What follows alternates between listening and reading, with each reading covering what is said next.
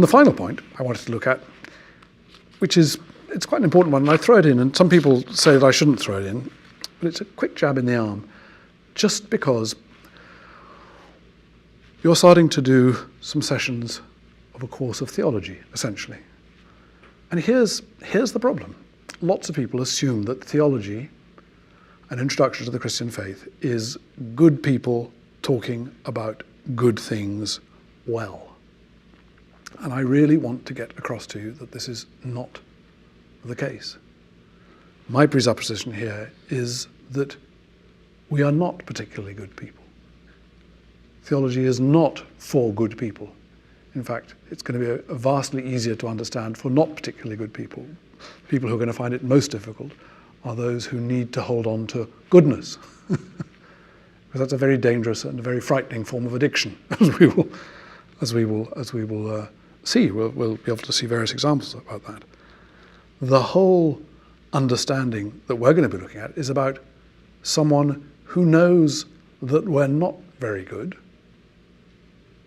who's not particularly concerned about how good we are, who's not trying to catch us out in the goodness stakes, likes us and wants to get through to us that we can let go of our fake grasping onto goodness and actually allow ourselves to be loved, as a result of which we'll actually find ourselves blossoming and becoming much better than we thought we were, but without us being particularly bothered about it.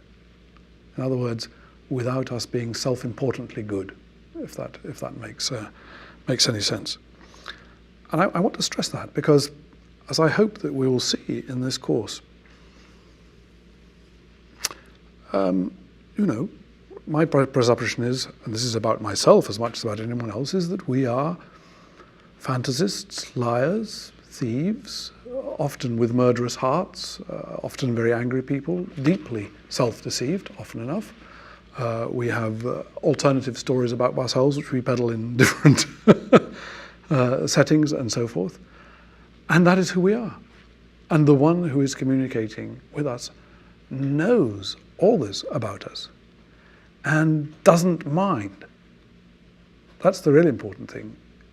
The theology understands that the one doing the communicating is not waiting until they can find some good people to talk to.